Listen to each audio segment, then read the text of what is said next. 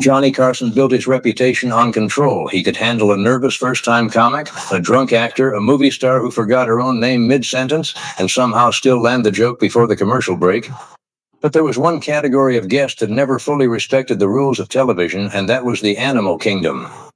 For nearly 3 decades, wildlife experts walked onto that stage carrying creatures that had absolutely no interest in ratings, timing, or the fact that millions of people were watching. And more than once, those animals turned Johnny Carson from the most composed man on television into someone genuinely fighting to keep his balance, his dignity, or his safety in front of a live audience. It started almost by accident. In the early 1970s, a young zoo employee named Joan Embry got a phone call from the show's talent coordinator, who had seen a local news segment about an elephant she had trained to paint. The coordinator asked if she could bring the elephant to the studio. Embry said yes without thinking too hard about it, and only after hanging up the phone did the full weight of what she had agreed to sink in.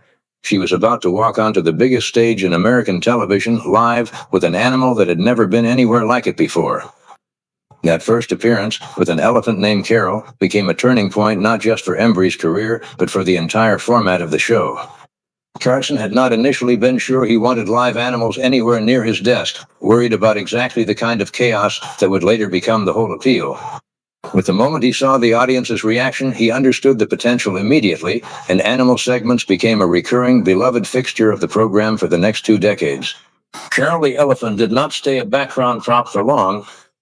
On one of her many return visits, she did something nobody had rehearsed.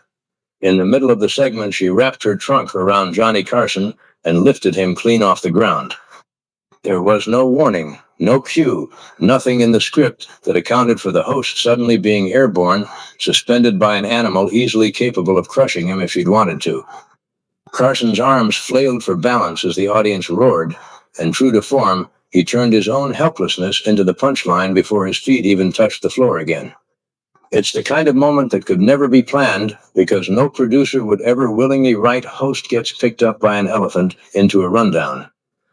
It happened because animals do what they want, and Carson's entire skill was reacting to that reality in real time. The wildlife segments quickly split into 2 recurring franchises.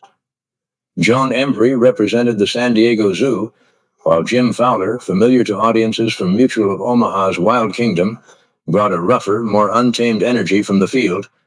Between the 2 of them, they introduced Carson and the country to a rotating cast of animals that ranged from adorable to outright terrifying, often within the same 8-minute segment. One of the earliest and most enduring lessons in respecting these animals came from a baboon. It arrived on stage the way most of these guests did, calm, almost sleepy, sitting comfortably while the expert explained its behavior to the audience. Carson, doing what Carson always did, leaned in to make a joke, reaching toward the animal the same casual way he might tease a nervous actor. The baboon did not find it funny. In one sharp motion, it swung and caught Carson directly in the face. The studio erupted, not because it was staged, but because nobody, including Carson, expected it. He staggered back for half a second, hand instinctively going to his jaw, and then, because he was Johnny Carson, turned the entire moment into a punchline before the audience had even stopped gasping. That instinct, to protect the show even while being physically struck, is part of why those clips still circulate decades later. It wasn't a script. It was survival mixed with showmanship. Not every animal encounter ended in a punch, but plenty of them tested exactly how far Carson's patience and courage could stretch. A tiger cub, brought out as an adorable, harmless-looking baby, decided mid-segment that Carson's hand looked like something worth chewing on. What began as a cute photo opportunity turned into a live demonstration of just how sharp a supposedly harmless cub's teeth already were. Carson kept his composure mostly, wincing through gritted teeth while trying to keep the conversation moving, all while a predator, however small, was actively testing its bite strength on his fingers. The expert on stage would calmly explain that this was completely normal behavior, which did little to comfort a man whose hand was currently inside an animal's mouth on national television.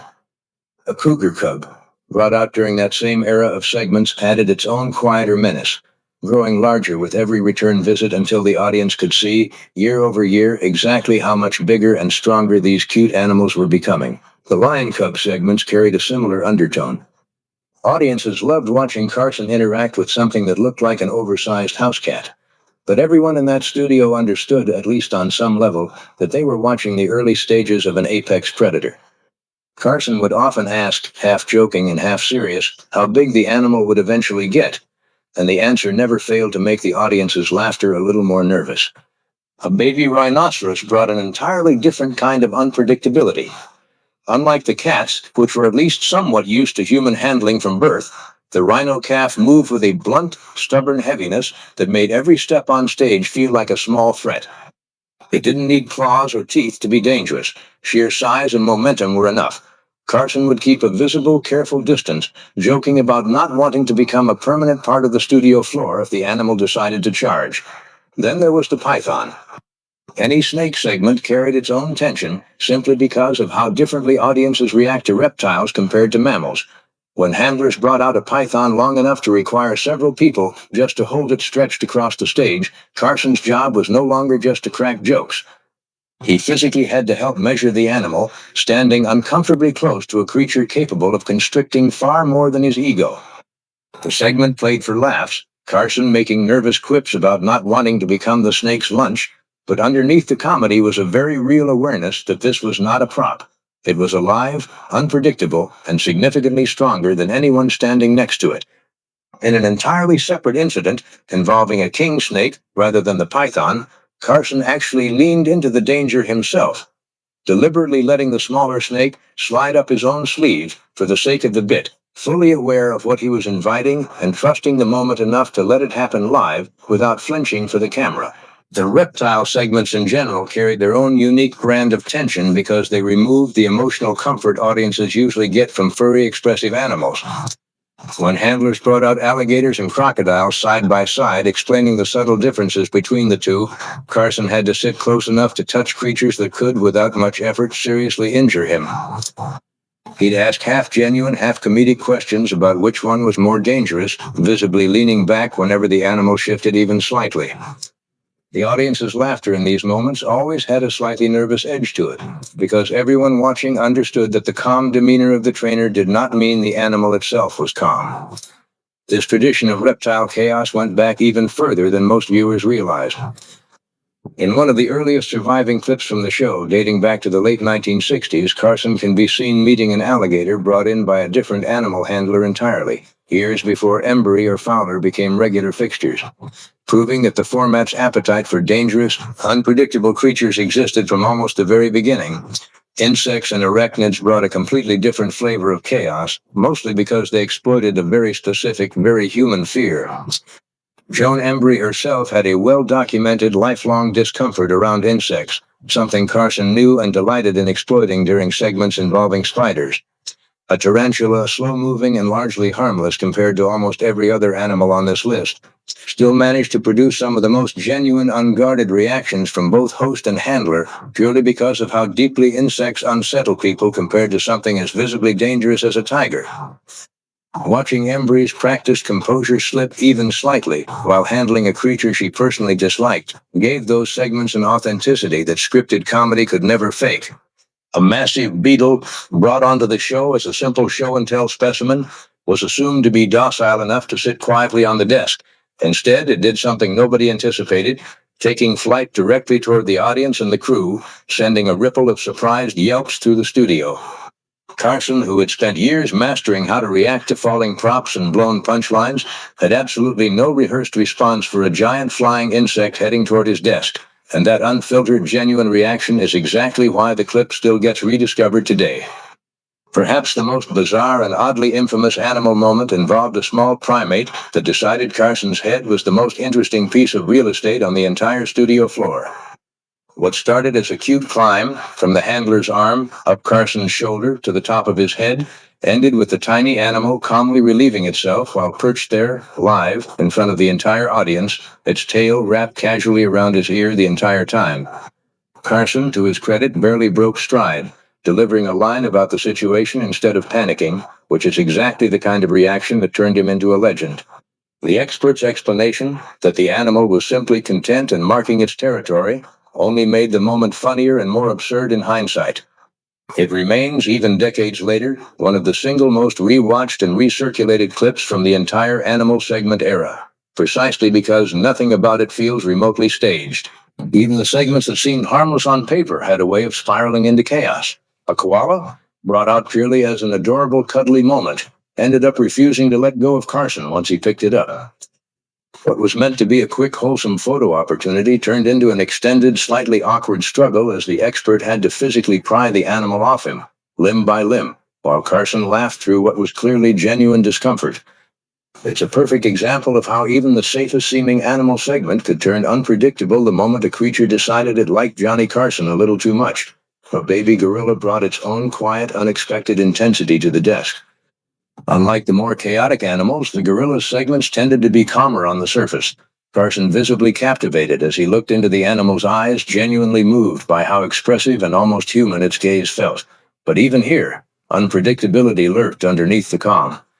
A young gorilla, still testing its own strength, could shift from gentle to grabby in an instant, and Carson had to stay alert even during what looked, on camera, like one of the gentler segments in the show's history.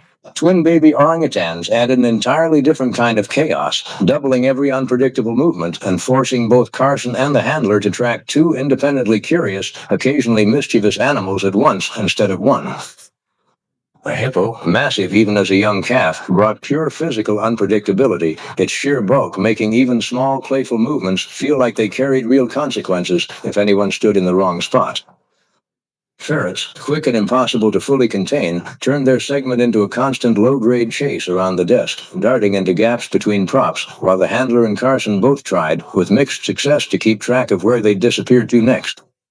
Even birds got in on the chaos, one segment featuring talking birds that refused to perform on cue, instead squawking out unscripted, occasionally embarrassing phrases at exactly the wrong moment, forcing Carson to improvise his way through a bit that had completely stopped following the plan. Across all these moments, one thing remained consistent. Carson never refused to do the segment again, no matter how many times he was bitten, scratched, climbed on, lifted off the ground, or startled. Part of that was professionalism, but part of it was clearly genuine curiosity. He liked these moments even when they went wrong, because they were real in a way that scripted comedy could never be. Wild animals didn't care about ratings, timing, or Carson's reputation for control. They simply existed, reacted, and occasionally reminded him and the audience that live television always carried a small element of risk. What made these encounters so enduring wasn't the danger itself, but the contrast.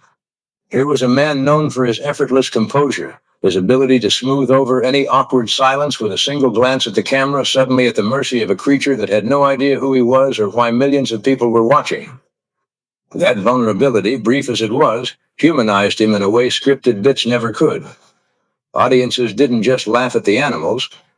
They laughed at watching the most controlled man on television lose control for a few unscripted seconds and then somehow find his footing again before the next commercial break.